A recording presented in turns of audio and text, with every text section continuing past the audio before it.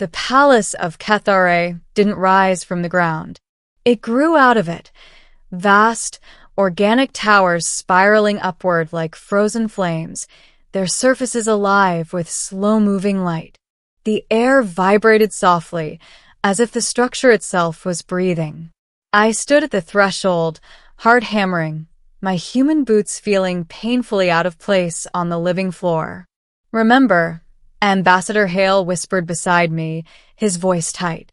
"Do not make eye contact. Do not speak unless spoken to. And whatever happens, do not smile." I nodded, though my mouth felt dry. I had been trained for this moment for 7 years. Cultural simulations, neuroresistance therapy, psychological inoculations against fear responses. Still, none of it prepared me for the presence beyond those doors. The guards, tall, mantis-like beings with crystalline eyes, shifted aside in perfect synchronization. The doors unfolded like petals. The throne chamber was vast, impossibly so. Light poured in from no visible source, refracting through floating glyphs that drifted like slow snow. At the far end sat the queen. Even without looking directly at her, I felt her. Power pressed against my skull, ancient and vast, like standing at the edge of a gravity well. We advanced slowly. Halfway across the chamber, a voice entered my mind. Human envoy. It wasn't sound. It was meaning raw and intimate. "You may approach, but do not look upon me." My steps faltered. This was new. The briefings never mentioned telepathic contact before formal introduction. "Your species is fragile," the voice continued. "Your minds fracture under direct perception of mine. I advise you, keep your gaze lowered." I swallowed. "I understand," I said aloud, my voice echoing thinly in the chamber. The queen paused. "You are calm. I've had good teachers." A ripple of something, amusement? Curiosity, brushed against my thoughts. "Still, heed the warning. Those who look do not remain whole." The chamber grew quiet. The air thickened. This was the moment where every other human delegate had stopped, bowed, avoided the gaze, completed the ritual, and left alive, shaken, but intact. I should have done the same.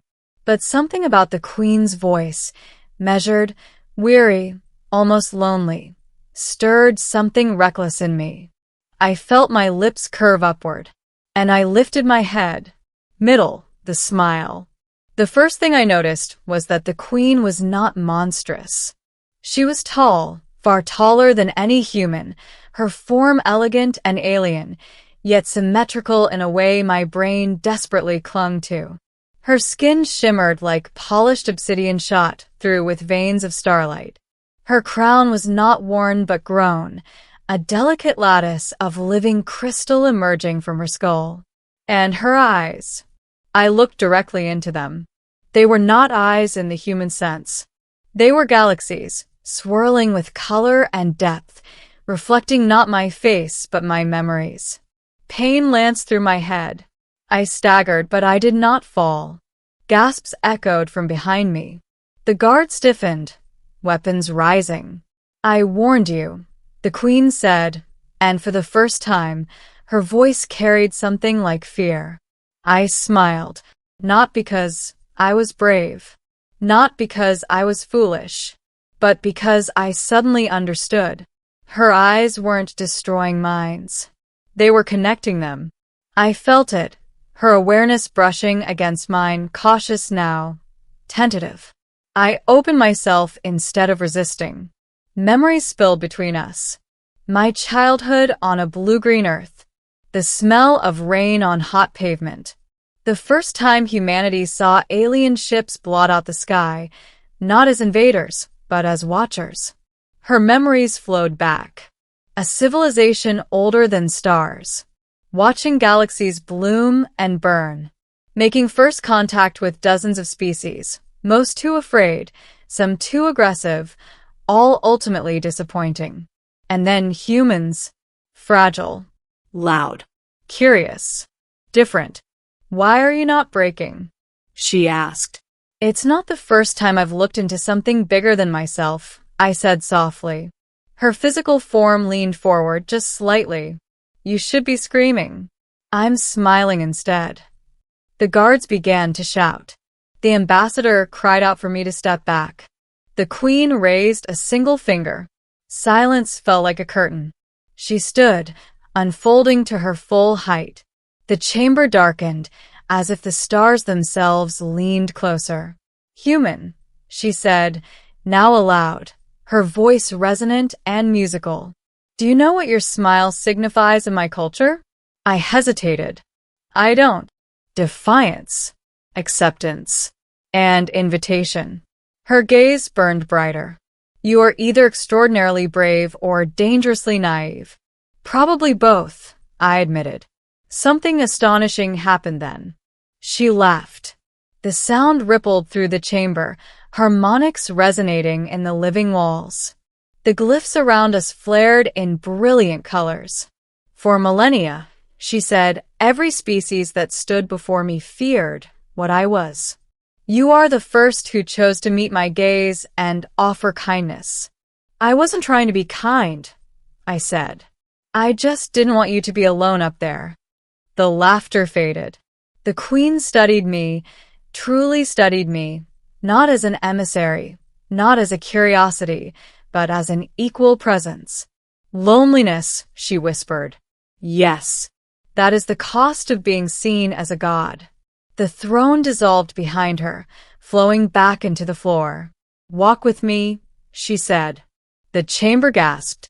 I walked. As we moved through the palace, she spoke, not as ruler to subject, but as ancient being to fleeting one. She told me why the warning existed. Direct perception of her mind overwhelmed most species. Their sense of self collapsed. Some worshipped her. Others went mad. A few tried to kill her. Humans, it seemed, were adaptable, messy, emotional, stubbornly empathetic. You anchor yourself through connection, she said. You do not dissolve when faced with immensity. You contextualize it. Guess we're good at surviving uncomfortable truths. She stopped before a vast window opening onto space itself. 1,000 stars burned beyond. The galaxy stands at a threshold, she said. Old powers are fading. New ones will rise. I need an ally who can see me, not as a queen, not as a threat, but as I am. And what are you? I asked. She turned to me. Tired. The word carried centuries of weight. Tired of ruling alone. Tired of being feared. Tired of watching younger species repeat the same mistakes. Her gaze softened. I warned you not to look, because I did not want to hope. I met her eyes again. The connection deepened, but now it didn't hurt. Well, I said gently, hope's a very human problem. We're pretty good at spreading it. She reached out, hesitant, careful, and placed 2 luminous fingers against my forehead. The stars flared. Ending. The choice I woke in a quiet chamber, my head resting on something warm and humming softly. I sat up slowly. The queen sat beside me, not towering now, but reduced, her form smaller, closer to human scale. You changed yourself, I said. For you, she replied. For us. Images filled my mind, a treaty rewritten, not as submission or dominance, but partnership. Knowledge exchanged. Guardianship shared. Humanity would no longer be a minor species under observation. We would be stewards. What do you want from me? I asked. To be my voice among your people, she said. And to remind me, when I forget, how to smile. Footsteps approached. The ambassador entered, pale and shaken. Are you alive? He asked. I smiled at him too, more than ever. The queen rose and faced him, her presence gentler now, less overwhelming. Your envoy has done what none before have dared, she said. He looked. He smiled. And he stayed. The ambassador bowed so deeply, I thought he might collapse. Later, as I prepared to leave, the queen walked with me to the threshold. When you return, she said, the galaxy will not be the same. Neither will I. She regarded me with something unmistakably warm. You disobeyed my warning. Yeah, I said. Sorry about that. She smiled back, an alien, radiant thing that lit the palace. I am not. As the doors closed and the living palace sealed behind me, I realized something profound. Sometimes the most dangerous thing isn't looking at what you're warned to fear. It's refusing to see the person behind the power. And sometimes, all it takes to change the fate of worlds is a smile. The ship carried me away from Cathare in silence. No celebration. No dramatic farewell. Just a quiet acceleration as the living palace shrank into a constellation of light behind us. I stood alone at the viewport, fingers pressed against the glass, my mind still humming with the echo of her presence. The queen had not followed me, but she hadn't let me leave unchanged, either. Inside my thoughts, something new existed, not her voice, not a command, but an awareness, a shared resonance, like knowing someone was looking at the same stars you were, even from impossibly far away. The ambassador approached slowly, as if I might shatter. You understand, he said carefully, that everything has changed now. I nodded. Yes. No human has ever been seen by her that way. I didn't turn. No alien ruler has ever asked a human to stand beside her, either. He was quiet for a long moment. Earth won't believe this, he finally said. They will, I replied, because she's going to let them see her, not as a god, not as a threat, as a being who chose trust. When we returned to human space, chaos followed. Governments demanded explanations. Military leaders demanded contingency plans. Religious groups declared revelations and heresies in equal measure. Analysts argued whether the queen's smile, her smile, had been a manipulation. They asked me one question more than any other. Why did she let you live? I answered the same way every time. Because she was tired of being feared. The first joint summit took place 3 months later, on neutral ground, a hollowed asteroid converted into a meeting world. Representatives from a dozen species attended, many of whom had once bowed before the alien queen without ever daring to meet her gaze. She arrived without a throne, without a crown, without the crushing weight of divinity she once carried like armor. When she stepped into the chamber, smaller now, contained, the room held its breath. Some delegates recoiled. Others stared. A few smiled back at her, tentatively, nervously, but genuinely. Her eyes found mine across the chamber. You kept your promise, she said into my mind. So did you. The treaties that followed reshaped the galaxy. Not because of superior weapons or ancient authority, but because the queen allowed herself to be known. And because humanity proved, again and again, that it could sit between fear and wonder without collapsing into either. Years passed. I aged. She did not. Sometimes I would wake in the night, feeling that familiar warmth at the edge of my thoughts, and I would know she was watching a sunrise somewhere far away, trying to understand why humans found such comfort in endings that led to darkness.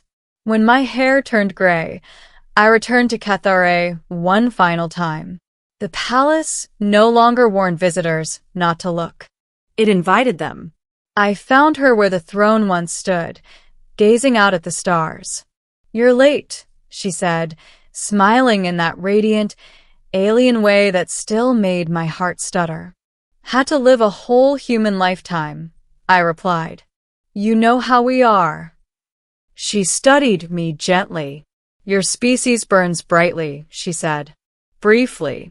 but brilliantly. And you taught us how not to burn alone. I felt tired then, but content. As I prepared to leave, she rested her forehead against mine, careful, reverent. The galaxy will remember you, she said, not as the one who defied me, but as the one who smiled. I finished. When I turned away for the last time, I did not feel fear, only gratitude, because I had learned something the universe itself seemed to forget. Power does not need worship. Truth does not need silence. And sometimes, the bravest thing you can do in the presence of something infinite is look it in the eyes and smile.